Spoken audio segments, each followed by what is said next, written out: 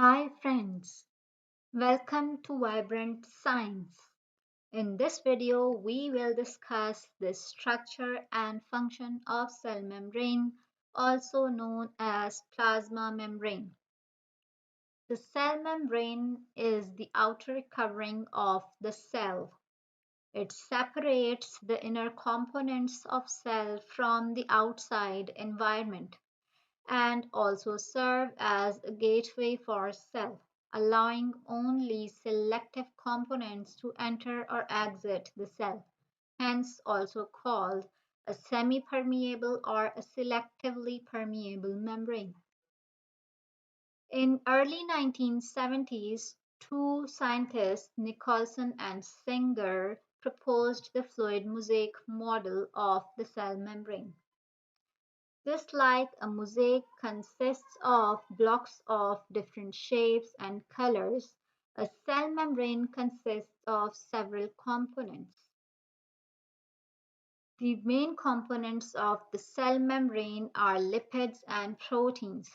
Among lipids, there are phospholipids and cholesterol. Among proteins, there are channel proteins, carrier proteins, glycoproteins, and peripheral proteins. So let's see how these components arrange themselves to form the mosaic of the cell membrane. The basic structure of the cell membrane is composed of phospholipids. These phospholipids consist of two parts: a hydrophilic polar head. Hydrophilic means water-loving, and two hydrophobic non-polar tails. Hydrophobic means water-fearing.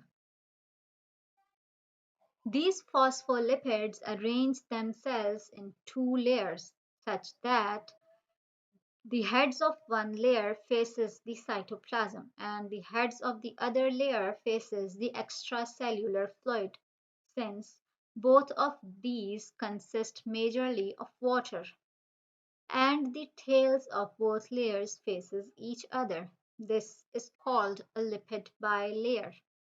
After every few phospholipid molecules, there is a cholesterol molecules in between. The phospholipid bilayer allows the movement of small and uncharged particles through it. These particles can sneak through the molecules of phospholipid. Cholesterol, on the other hand, keeps the phospholipid molecules at an optimal distance.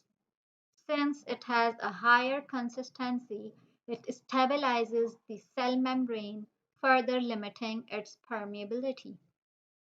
So, how does the larger particles get inside and out of the cell? Well, for these, there are some special pathways, like this channel protein.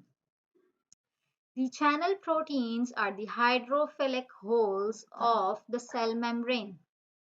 They transport ions, water, and other molecules down the concentration gradient, which means the molecules can only move from the higher concentration to the lower concentration.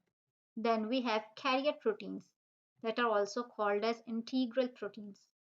These proteins transport the solute molecules both down and against the concentration gradient, which means that the molecules can move both sides from lower concentration to higher concentration and from higher concentration to lower concentration as per requirement. These proteins uses ATP as energy. We will discuss their mechanism in detail separately. Then we have glycoproteins. The glycoproteins consist of two parts, a protein and a sugar. Their main task is cell-cell recognition. That is, through these glycoproteins, the cell can be recognized as familiar or foreign. One of its important functions is in reproduction, where on the egg cell these glycoproteins allow the binding of sperm cell. hence starting the process of fertilization. Then we have peripheral proteins.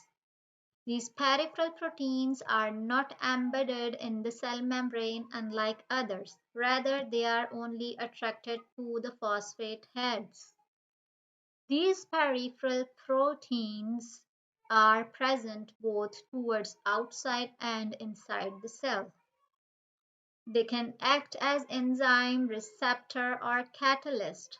On the inner side of the cell, they help maintain the cytoskeleton of the cell.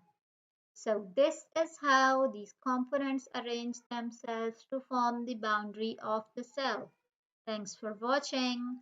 Like this video and subscribe for more.